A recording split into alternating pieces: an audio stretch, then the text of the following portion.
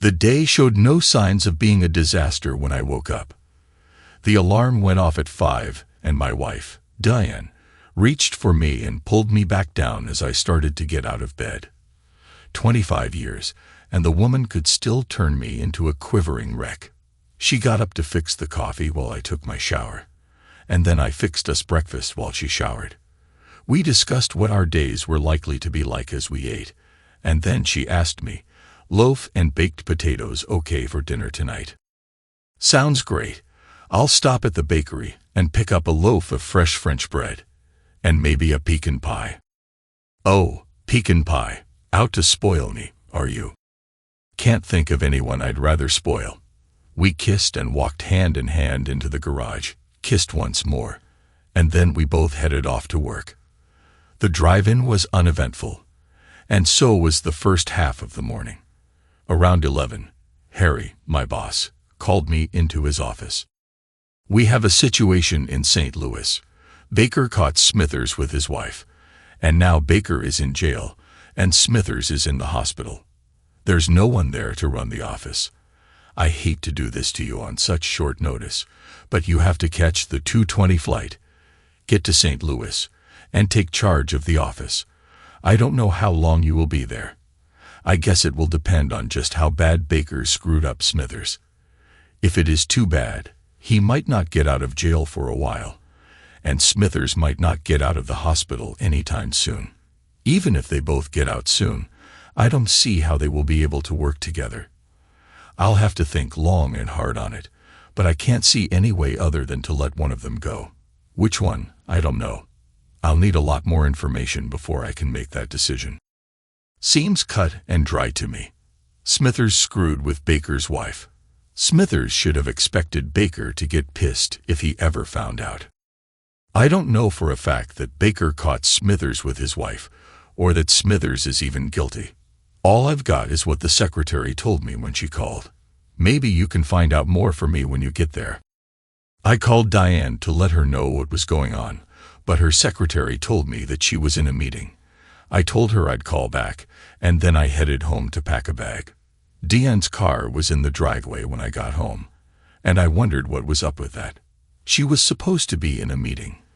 When I walked into the living room, I saw that she was indeed in a meeting, but it wasn't the kind of meeting I had envisioned when her secretary told me she was in one. There was a trail of clothing on the floor leading from the couch to the stairway, and some of those clothes were men's clothes. At the foot of the steps, there was a pair of men's trousers, and I picked them up and found a wallet in one of the back pockets. I took it out, opened it up, and read the name Stanton North on the driver's license. I put the wallet in my pocket and then looked around the room and saw a suit coat over the back of the easy chair. It yielded a checkbook, and I put that in my pocket too. I walked up the stairs, and as I got close to the top of the steps, I began hearing what was coming from the bedroom. Do me hard like it, do you? Oh God, yes, you feel so good in me. Do me, baby, do me. I would never have believed you could be such a hot little 304 like my meat. Love your meat, just keep giving it to me. I walked into the room and saw a man pounding into Diane, and she had her legs wrapped around him and her hands on his back, pulling him to her. She was moaning as I walked past on my way to the closet. I was almost to the closet door before Stanton North saw me, and he stopped in mid-stroke and said, "Oh." Diane had her eyes closed as he drilled her, and when he stopped, they popped open, and she cried, "Don't stop, damn it, don't stop. I'm almost there." Then she saw me and cried, "No, oh God, no," and started trying to get out from under North. "Don't stop on my account," I said as I entered the closet. "I just need to pack a bag, and then I'll get out of here and leave you two lovebirds alone." I had my back to them as I took socks and underwear out of the dresser drawer and put them in the suitcase, but I could hear them behind me. Diane was saying, "Get off me, damn it," while North was saying, "Christ, what a mess." When I turned to go back into the closet for a garment bag, I saw North heading out the bedroom door and Diane scrambling to find something to cover herself with. As she scrambled, she was saying things like, "What are you doing, Frank? Why are you packing?" And uttering nonsense like, "It isn't what you think, Frank. And I can explain, Frank." While she was babbling, I heard the front door slam shut and wondered where North was going. Diane's car was the only one in the driveway, so he must have arrived with her. I ignored Diane as I finished packing and didn't respond to her. "We need to talk, Frank. You have to let me explain." I walked out the front door without having said a word since walking into the bedroom and telling them not to stop on my account. As I walked to my car, Diane was hollering, "Wait, Frank, don't go, please talk to me." As I opened my car door, I looked around but saw no sign of Stanton North. Maybe he was hiding somewhere, watching, and would come back when he saw me drive away. Diane was running down the front walk and almost had her hand on the passenger side door handle when I pulled away from the curb. It is an absolute wonder that I made it to the airport without killing myself or someone else. My mind was definitely not on my driving. How had it happened? Why had it happened? I would have bet all that I had that Diane and I were rock solid. I looked back on our life together, and I didn't see anything, not one thing, that would ever have led me to believe that what I had just seen was even remotely possible. My God, how could she have done what she did to me? We got up that morning, and then she did what I had just seen her doing. Diane and I met when my father received a promotion and had to move the family 1,500 miles away. The move was a disaster as far as I was concerned. I was taken away from the kids I had grown up with and gone to school with, and then dumped into a school where I didn't know a single soul. I was sitting alone at a table in the school cafeteria at lunchtime, feeling sorry for myself when the most beautiful girl I had ever seen came over to the table and sat down with me. She set her tray down and said, "New kid." She reached across the table and stuck out her hand and said, "I'm Diane." It took me a second or two before I realized she was offering me her hand to shake. I took it and said, "Hi, Diane. I'm Frank." "Where you from, Frank?" she asked. Then we spent the rest of the lunch period getting to know each other. She had joined me at my table because she knew what I was going through. The same thing had happened to her the previous year. By the time the bell rang, we had made a date for her to show me around town. Within 6 weeks, we were going steady and, like all typical teenagers, making out like mad. Being a guy with raging hormones, I naturally tried to get Diane to go all the way. But she wouldn't do it. She was determined to honor her promise to her mother to go to her marriage bed a virgin. Luckily for my sanity, she broke that promise on her 18th birthday. We had some serious discussions after the night she gave me her cherry. I told her that I wanted to marry her, but that I didn't want to get married until I finished college. She wanted to get married right away, and wasn't happy with me because I wanted to wait. I was telling my mom about it when she surprised the heck out of me. I'd always thought of my mom as being a bit on the prudish side, but she said, "So move in with her and live together until you graduate." How can I do that? The reason I want to wait is so that I can afford it. No way I can support a wife and go to school at the same time. You might have to get a part-time job to help out with the groceries, but your college fund has enough in it to let you rent a small place off campus. I thought about it and then brought it up to Diane. We talked it over and decided we would both get part-time jobs and do it. We went looking and found a small apartment that I could afford. Then we went to do the hard part, tell her parents. Her mom was horrified that Diane hadn't kept her promise about holding on to her virginity. She cried and blubbered while Diane's father called me every name in the book and some that he made up on the spot. Then he told Diane that he absolutely forbade it and that she was never to see me again. Diane looked at me and asked me to wait in the car. 10 minutes later, she came out carrying 2 suitcases. She never told me what went on when I left the house, but it was 3 years before she talked to her parents again, and only then to tell them that they had a grandson. Suddenly, I was a great guy. Their daughter was lucky to have found me. And on. But the damage had already been done. And on my part, I tolerated them. but that was all. Diane eventually forgave them, and they became part of our lives. They were great-grandparents to our 3 kids, but like I said, I just tolerated them. The years passed by. The kids grew up and set out on their own. And now this. At least the kids wouldn't grow up having divorced parents. I got to the airport early, checked in, and then sat down in one of the many airport coffee shops to wait for my flight to be called. I took out North's wallet and checkbook and began going through them. Behind his driver's license, I found a card that said emergency information. It gave his blood type and some other information, but the part that caught my eye was the part where it gave his emergency contact, Arles North, and under relationship, it said wife, and it gave a number where she could be reached. I took out my cell phone and called it. "Hello, Mrs. North." "Yes. My name is Frank Bellows. I'm sorry to be making this call, but I just found your husband in bed with my wife, and I thought you should know." "You're joking, right?" "No, ma'am, I'm afraid not." "Well, I don't believe you, Mr. Whoever you are. My Stan would never do a thing like that to me. Tell you what, when he gets home tonight, ask him if he knows a Diane Bellows, and then ask him to show you his wallet and checkbook. He won't be able to because I have them. I took them out of his clothes when I found them lying on my living room floor when I went home early. I am at the airport right now waiting to catch a flight to St. Louis. When I get back home, I'd be happy to hand-deliver them to you." "You are really serious about this?" "I'm sorry, but I am." "When will you be back?" "I don't know. I have to go and fill in for someone who is off sick, and I'll be there until he can get back to work." "Could you mail me the wallet and checkbook?" "I could, I suppose, but I'll let you know this ahead of time.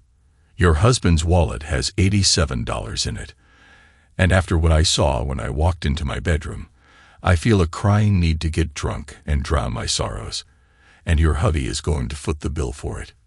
There will probably be some left, but I have no idea how much. Send it to my office." She gave me the address, and I wrote it down. Then she said, "If you can send it overnight, I'll reimburse you." "I can do that. They just called my flight, so I have to go." I said goodbye and disconnected. North got lucky. My original plan was to leave his wallet and credit cards on the counter in the bathroom and hope that whoever found it would go on a spending spree, but getting in touch with his wife changed all that. Hopefully, she would make his life a living hell. My cell had been going off almost from the moment I left the house, and every time I looked, it was Diane, so I didn't take the call. It rang again as I was leaving the coffee shop, and I looked, expecting it to be another call from Diane, but this time it was from the office. I called back and got Harry. "You need to call home, Frank. Diane just called me, and she is frantic because she can't get in touch with you." "There is a reason for that, Harry. I'm not taking her calls. When I went home to pack, she was there, and she wasn't alone, and she was doing things she shouldn't have been doing. I'll talk with her when I get back. Maybe by then I'll have calmed down enough not to wrap my hands around her throat and squeeze. Make things easy on yourself, and tell the receptionist not to take her calls." The first thing I did after seeing to it that the office was running smoothly and that there were no immediate issues was to hit the post office and send Mrs. North her husband's wallet and checkbook. I included the information on where I was staying so she could call if she had any questions. With that taken care of, I called the police and found out where Baker was being held and if I could see him. Outside of bruised knuckles and a broken finger, Baker didn't look too bad. He hadn't had a bail hearing yet because the powers that be were waiting on word from the hospital on just how bad Smithers was, so they would know what charges to file. I told him about Harry's concerns and asked him for the story. It sounded all too familiar. He had returned home during his lunch hour to pick up something that he had forgotten to take with him in the morning, and he'd walked in on Smithers, who was using his lunch hour to pork Baker's wife. While he was stomping the crap out of Smithers, his wife was on the phone to 911, telling them that her husband had gone crazy and that she feared for her life. The cops showed up, Smithers went to the hospital, and Baker went to jail. My next stop was the hospital to see Smithers. He had a broken nose, 2 broken ribs, 2 cracked ribs, and they had removed his right testicle. It wasn't my fault. The witch came after me, so of course I tapped her. I'm single, and I like sex as much as the next guy. If anybody is at fault here, it is Baker. If he took care of the witch and gave her what she needed, she wouldn't be out looking. He got no sympathy from me. I called Harry and told him the story and said that my recommendation was to transfer Smithers out of the office unless he could find some grounds for firing the guy. I told him I would take a hard look at things in the office and see if I could find something that he could use. Baker's hearing was the next day, and bail was set at $250,000. The only way he could come up with the money was to put his house up as collateral, but his wife refused to sign off on it, so he was going to have to sit in jail until his father and brother could arrange something. The next morning, I got a call from Arles North. She told me that when her husband came home, she asked him if he knew a Diane Bellows, and she said that his face lost all of its color as he said that he didn't know a Diane Bellows. She asked him if he was sure, and he said that he was pretty sure. Then she asked him for his wallet and checkbook, and he patted his pockets and said that he must have left them on his desk at work. Then he changed the subject and asked what was for dinner. He knows he is in deep, but he doesn't know how deep it is, and he won't know until tomorrow, when I ask him for his wallet and checkbook again. Do you have any idea how long it was going on? I just know that it was. I walked in on them, and then I left. What does your wife have to say? No idea. I haven't spoken to her since walking into the bedroom and catching them, and I won't be talking to her until I get home. When you do talk to her, call me. I'd like to compare their stories. We do. I'd like to hear both sides too. I had a dozen calls a day from Diane, but I didn't take any of them. Harry must have told her I was in St. Louis, and she must have gotten the office number from information. Dixie, our receptionist, told me that I had a call on line 3, and when I picked it up, it was Diane. What do you want, Diane? We need to talk, Frank. I need to explain that what happened isn't what you think. I'm in no mood to talk to you right now. I'm still at the point where I want to strangle you to death, and then take my shotgun, and go looking for your lover and kill him too. He is not my lover. Save it, Diane.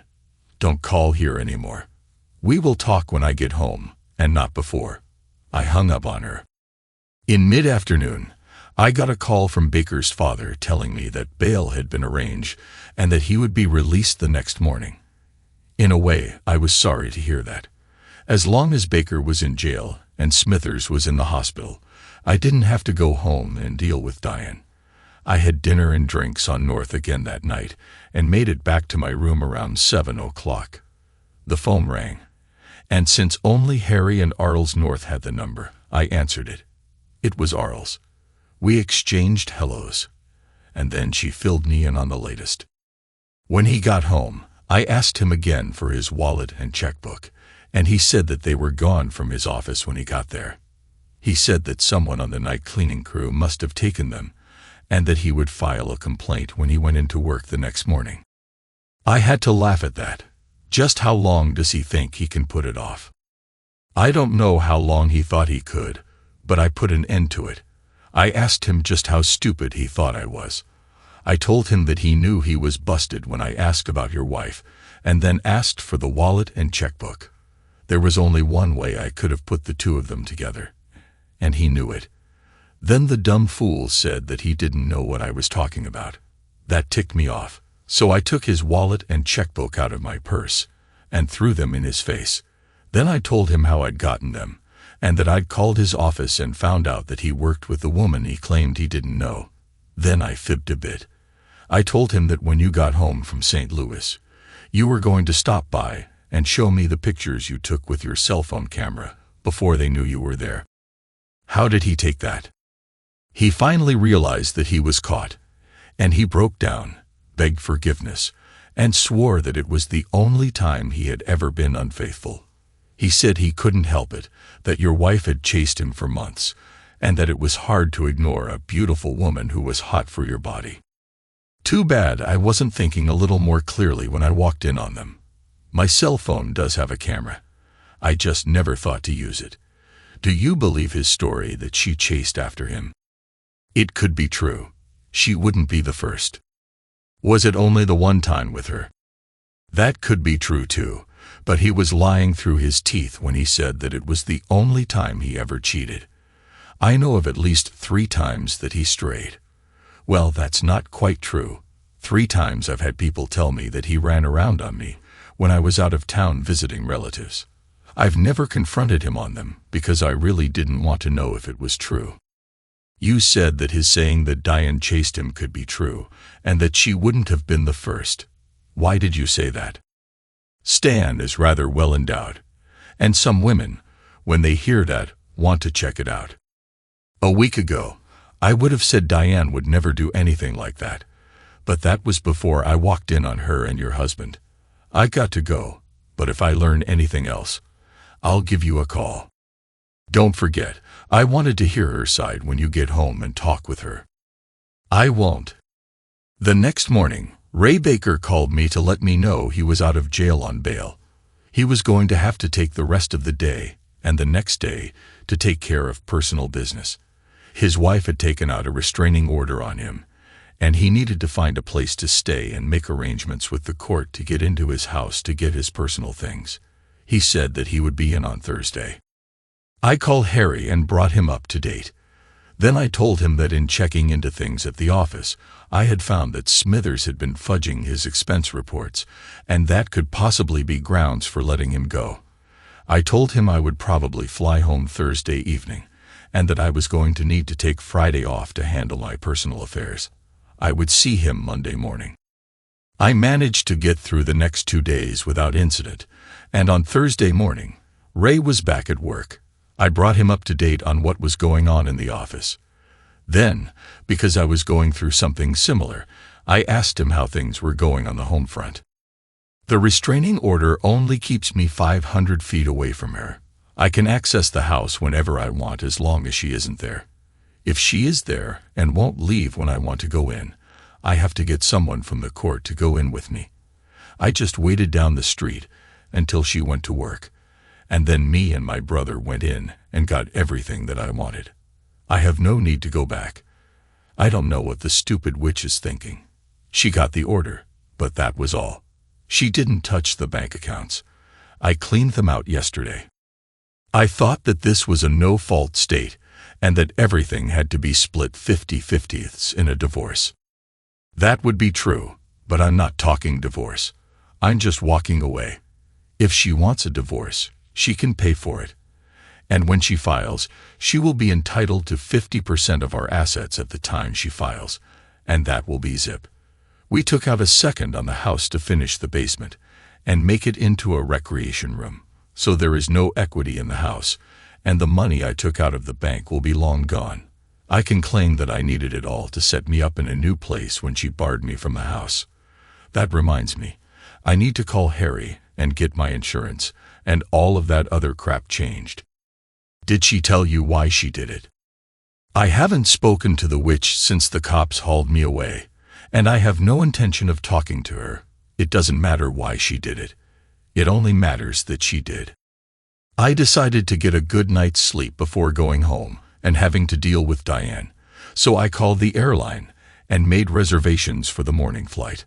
I was rested when I got up, and I had a good breakfast before catching the airport shuttle.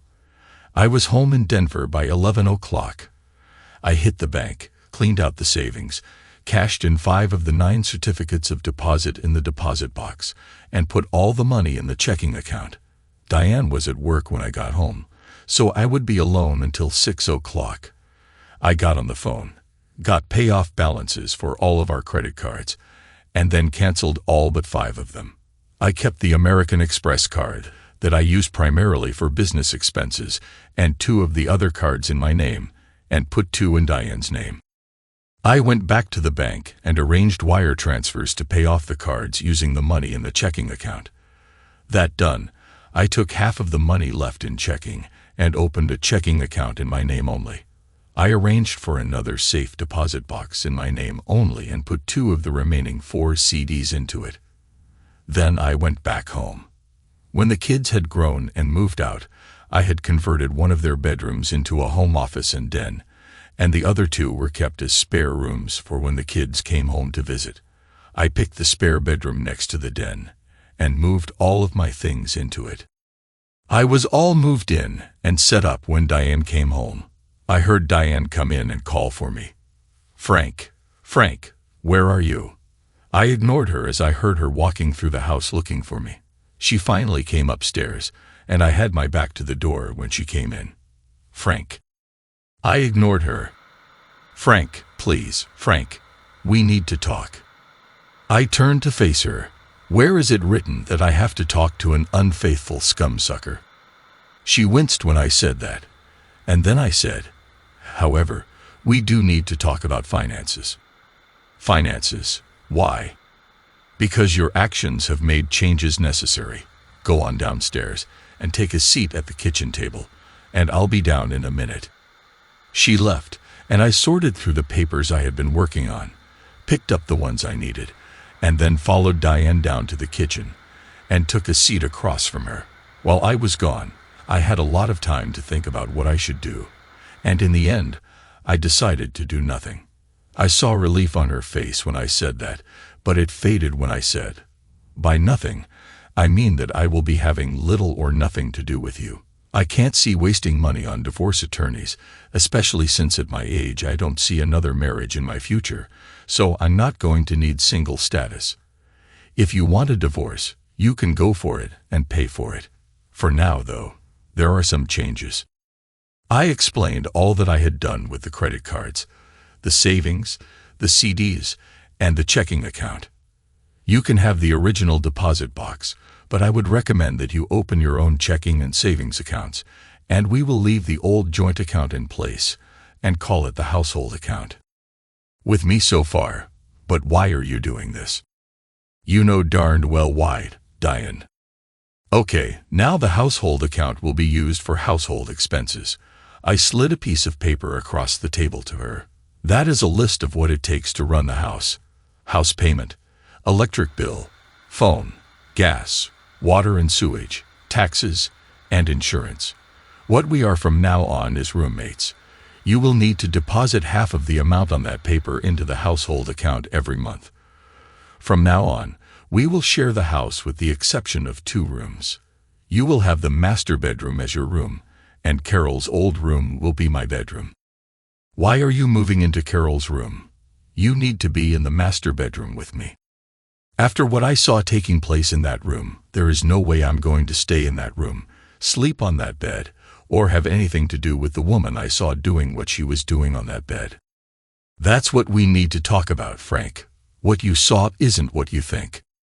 "Of course it was what I think it was. It was you drilling another man in our house and on our bed." "Okay, Frank, but what you need to understand is that it was just sex. There was no love or affection involved. It was just me satisfying my curiosity. I love you, Frank. I always have, and I always will. What I felt for Stan was just a little bit of lust, and that's all it was, a one-time thing to satisfy my curiosity. If you had not come home, you would never have known, and it would have never happened again. But that is the problem, Diane.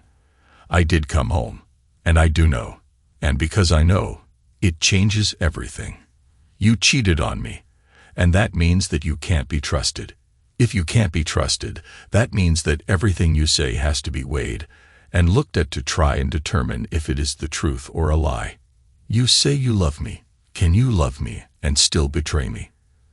Can you love me and still disrespect me by bringing another man into my house and then screwing him on my bed? The same bed you would have slept on with me that night. How much love and respect would you be showing me by giving me that man's leavings if I had made love to you that night? No, Diane, you can no longer be trusted. You say it was a one-time thing, and would have never happened again.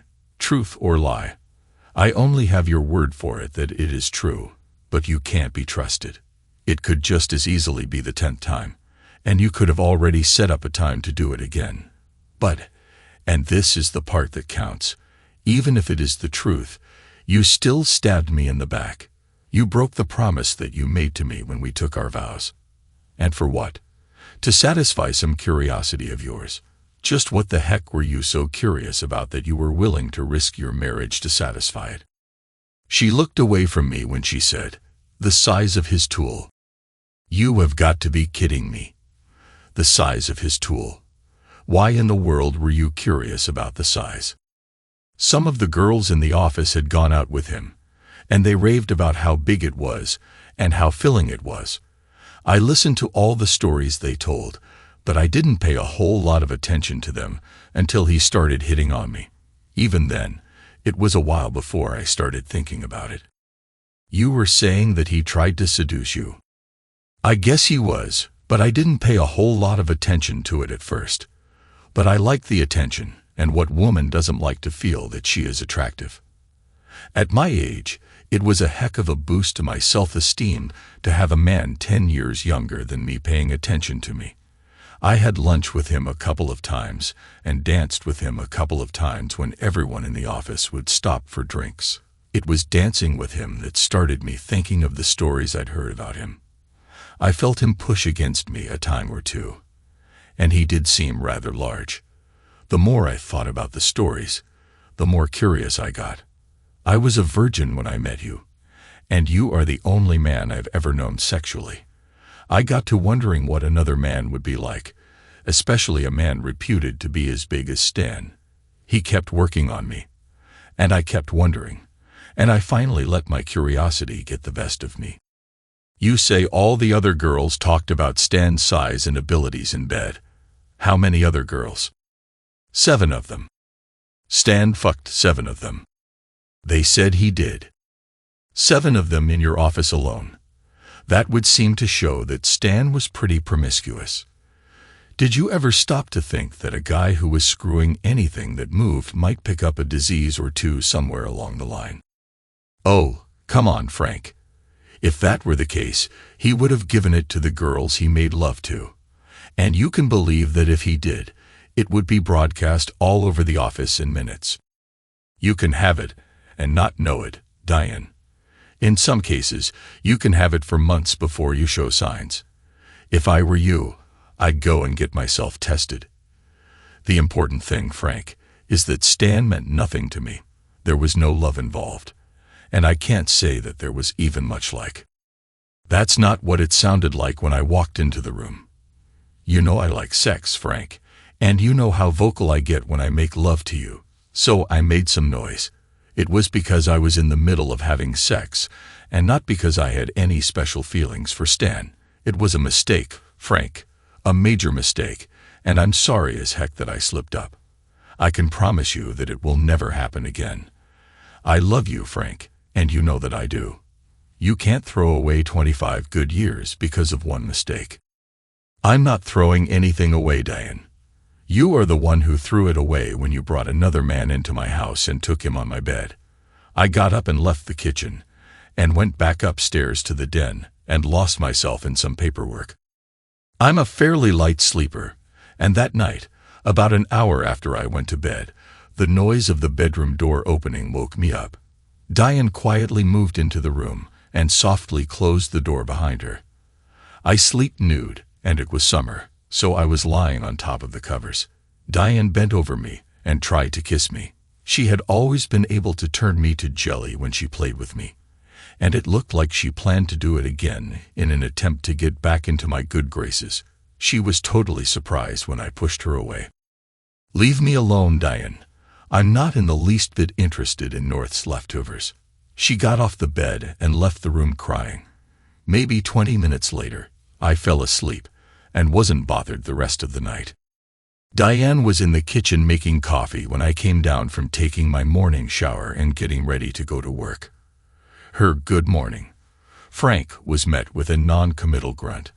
I ignored her until the coffee was ready, and then I filled my travel mug and left for work. I waited until 10 before calling Arles North, and then I filled her in on what I found out. 7 other girls. That is what she said. Apparently, your husband was the office Romeo. Do you believe her story? Before I walked in on her and your husband, I would have believed her if she had told me that the sun was now rising in the west. But after, I don't know. It could be true, or it could be that she is just trying to put a better light on what she did by making me think that it really meant nothing. I mean, how do you know? When she got caught, trust went out the window. Everything she says now has to be seen as self-serving.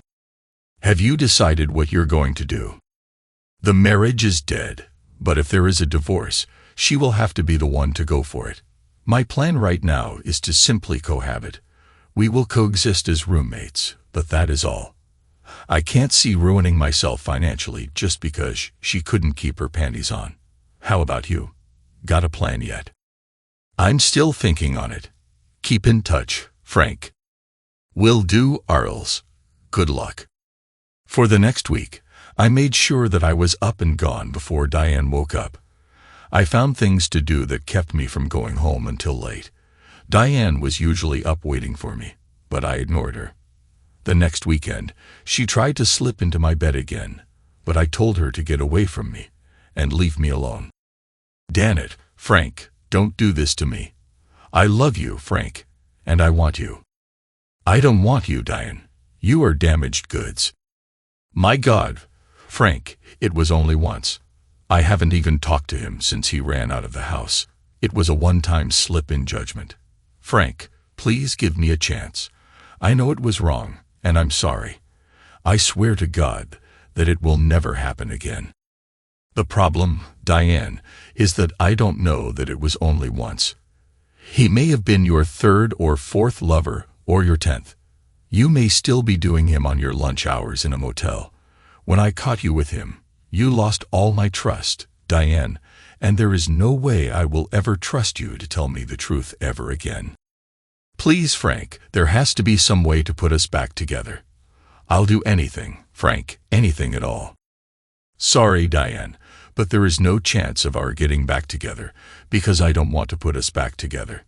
The sight of you with your legs wrapped around North and the sound of your voice as you begged him to screw you harder killed all the feelings I had for you. Look on the bright side. You are free to indulge in satisfying your curiosity whenever you want now, just not here in this house. This house is neutral territory. You take your men elsewhere, and I won't bring my women here. Your women. I have no intention of going without a sex life. I'm not a bad-looking guy, and I've had chances up the kazoo to play around. But I never did because I promised during our wedding ceremony that I'd be faithful to you. You made the same vows, but you broke them. When you broke your vows, you released me from mine. At least I won't be bringing mine in here where you can see it. She looked at me, and I could tell what she was thinking. She was thinking that sharing the house and being around each other would give her a chance to work her way back into my life, and that is just what I wanted her to think. I decided to give her a load to carry. The only reason I'm doing this share the house thing is that I don't want to make the lawyers rich by going through a divorce, and I don't want to give up what I have here at the house to live in an apartment. I wouldn't have a garage to work in, a basement workshop, and I wouldn't have a patio where I can sit and enjoy a drink as I watch the sunset. You have 2 choices, Diane.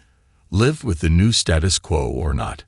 If you choose not, then you can either move out or take over the house payments and expenses.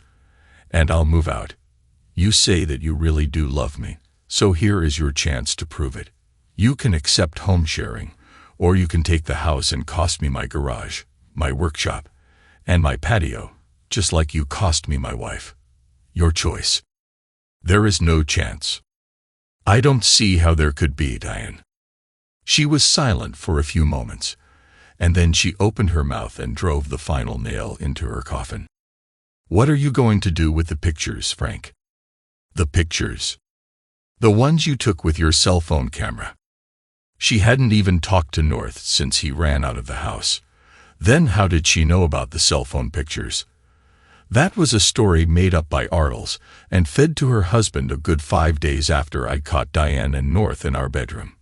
No, indeed, I could not trust anything Diane told me ever again. I could not physically hurt her, and kicking her out of the house would cost me more than it would punish her, but being around me all the time while I ignored her would put her through a mental hell, and that was the best I could hope for.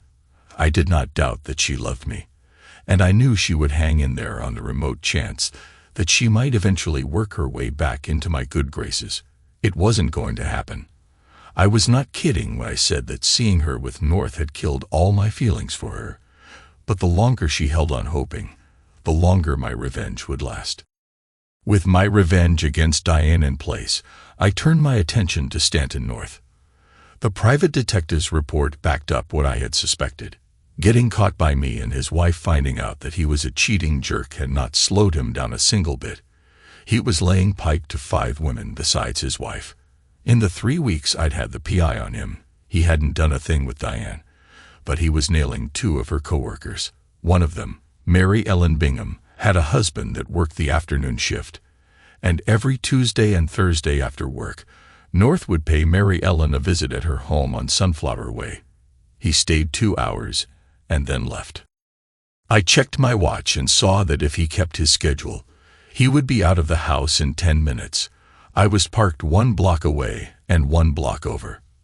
I got out of my car and made my way over to the Bingham residence. I went around behind the garage, and when I got there, I slipped on latex gloves and put on a ski mask.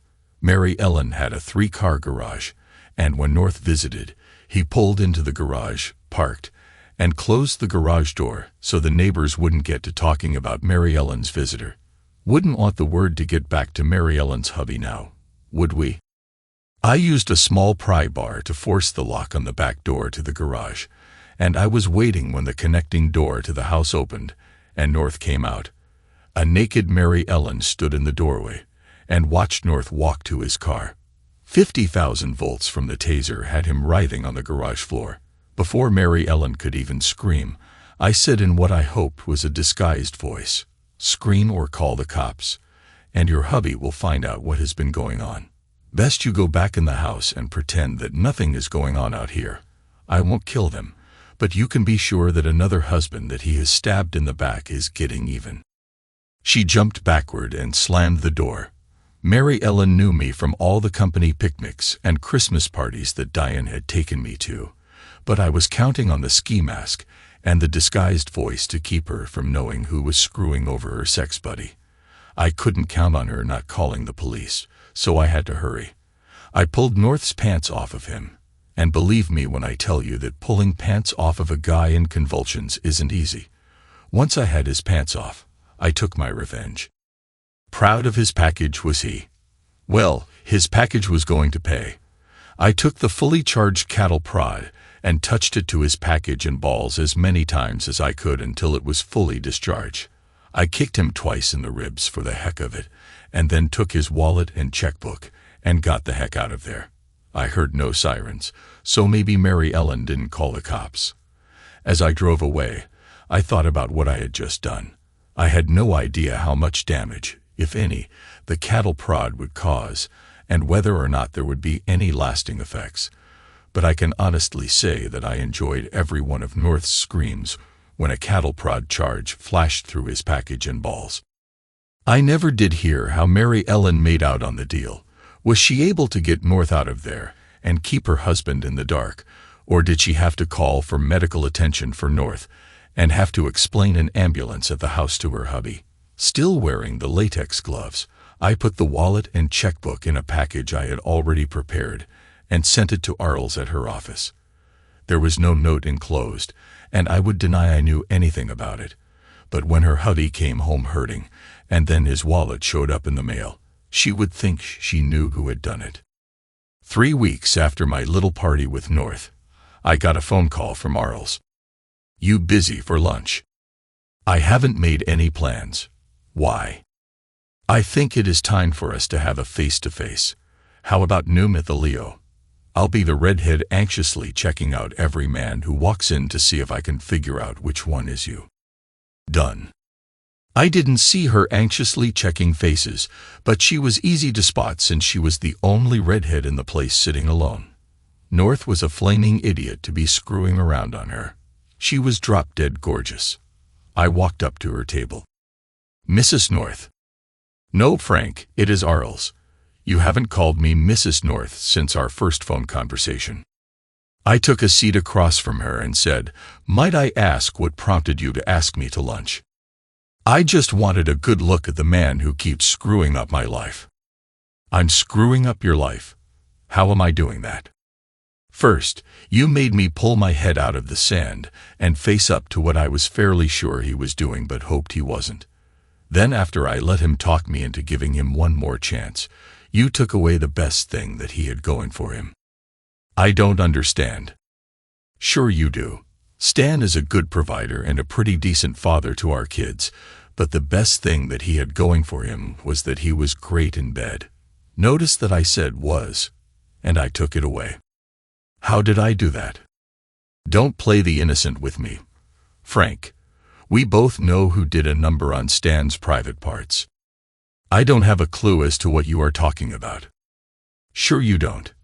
Anyway, ever since you did whatever it was that you did to him, he has not been able to get it up. And don't give me any of that nonsense about not knowing what I'm talking about. Wallets in the mail are kind of your trademark." Just then, the waitress walked up to take our order. As Arles ordered a salad and iced tea, I gave her a good once-over. Yes, indeed, her husband was an idiot not to have stayed home. As well as being gorgeous, Arles was pretty sharp, as I quickly found out. "Well," she asked. "Well, what? Do I pass?" "What are you talking about now?" "What? I wasn't supposed to notice you checking me out just now." I was caught, and I knew it, so I just gave her a goofy smile and said, "Who, me?" "Yes, you, and I hope you like what you see because the real reason for this little get-together is to offer it to you." I don't know what the look on my face was saying to her, but she went on. "I'm a very sexual person with a very high sex drive, and since you have taken my play toy away from me, I feel that it is only fair that you take over his duties." That caught me flat-footed, and I didn't know what to say. She smiled at me and said, "I'll bet you weren't expecting that one, were you?" To be honest, it never entered my mind. "Well, Frank, here is the way I see it. You deprived me of my bed partner, so it's only fair that you take his place. And second, what can be a more fitting way to get back at your wife and my husband?" "I don't know, Arles. The package is outstanding, but I don't know that it is a good idea.